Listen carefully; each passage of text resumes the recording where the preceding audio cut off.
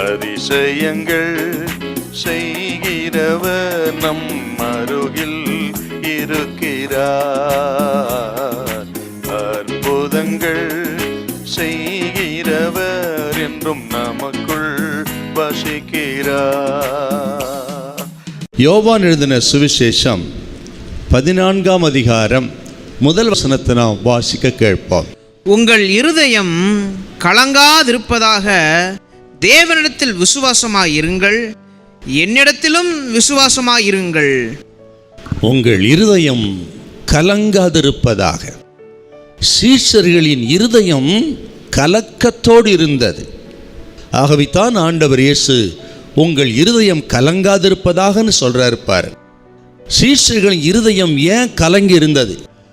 ஏன் அவர் கலங்கினாங்கன்னு கேட்டிங்கன்னா, இதற்கு முந்தைய அதிகாரத்தெல்லாம் நீங்கள் வாசித்து பார்த்தீங்கன்னா ஆண்டவர் இயேசு சொன்னார் யோவான் 13:33 உங்களை விட்டு நான் பிரிந்து போக போகிறேன் அப்படி சொன்னார். அது மட்டுமல்ல, யோவான் 12ஆம் அதிகாரத்தில் நீங்கள் 32-33 வாசித்து பார்த்தீங்கன்னா நான் மரணமடைய போகிறேன் என்றும் ஆண்டவர் இயேசு அங்கே சொன்னார்.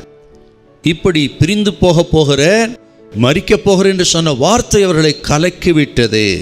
அடுத்தது நீங்கள் இதே 13:21 வாசித்து பார்த்தீங்கன்னா உங்களில் ஒருவன் என்னை காட்டி கொடுப்பான் என்று சொன்னார்.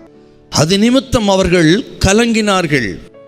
மட்டுமல்ல, சீமோன் பேதுரு, பிரதான சீஷனாக தெரிந்து கொள்ளப்பட்ட சீமோன் பேதுரு, அவன் என்னை ஆக மறுதலிப்பான் என்று சொன்னதும் இன்னும் அவர்களுக்கு கலக்கத்தை அதிகரித்து விட்டது. அது மட்டுமல்ல, மத்திய 26:31 வாசித்து பார்த்தீங்கன்னா நீங்கள் எல்லாரும் என்னை விட்டு ஓடி போவீர்கள் என்று ஆண்டவர் சொன்னார். அது அவர்களுக்கு இன்னும் பெரிய அதிர்ச்சியை கொண்டு வந்திருக்க வேண்டும்.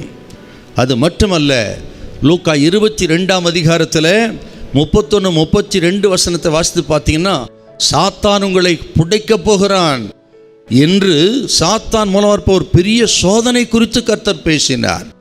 இதெல்லாம் கேட்டு அவர்கள் இருதயம் கலங்கி இருந்தது.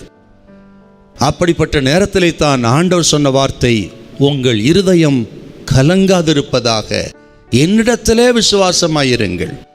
அருமையான கர்த்தருடைய பிள்ளைகளே, ஆக இப்படிப்பட்ட பலவிதமான நாம் எதிர்பாராத, எதிர்பார்ப்புக்கு மாறான காரியங்கள் நடக்கும் பொழுது நம்ம இருதயம் கலங்குவது இயல்புத்தான். இது கேட்கிற உங்களை பார்த்து ஆண்டவர் சொல்லுகிறார், உங்கள் விருப்பத்துக்கு மாறாய் காரியங்கள் நடக்கும் பொழுது, எதிர்பார்ப்பதுக்கு மாறாக நடக்கும் பொழுது, எதிர்பார்த்தது நடக்காத பொழுது, எதிர்பார்ப்பது கண்ணு கெட்டின துறவிலும் இல்லாத பொழுது உங்கள் இருதயம் கலங்குவது இயல்புத்தான். இந்த நாட்களில் ஆண்டவர் சொல்லுகிறார், பயப்படாதீங்க, கலங்காதீங்க, ஆண்டவரிடத்தில் விசுவாசமாயிருங்கள், அவர் உங்களை கைவிடவே மாட்டார். ஹல்லேலூயா, ஹல்லேலூயா.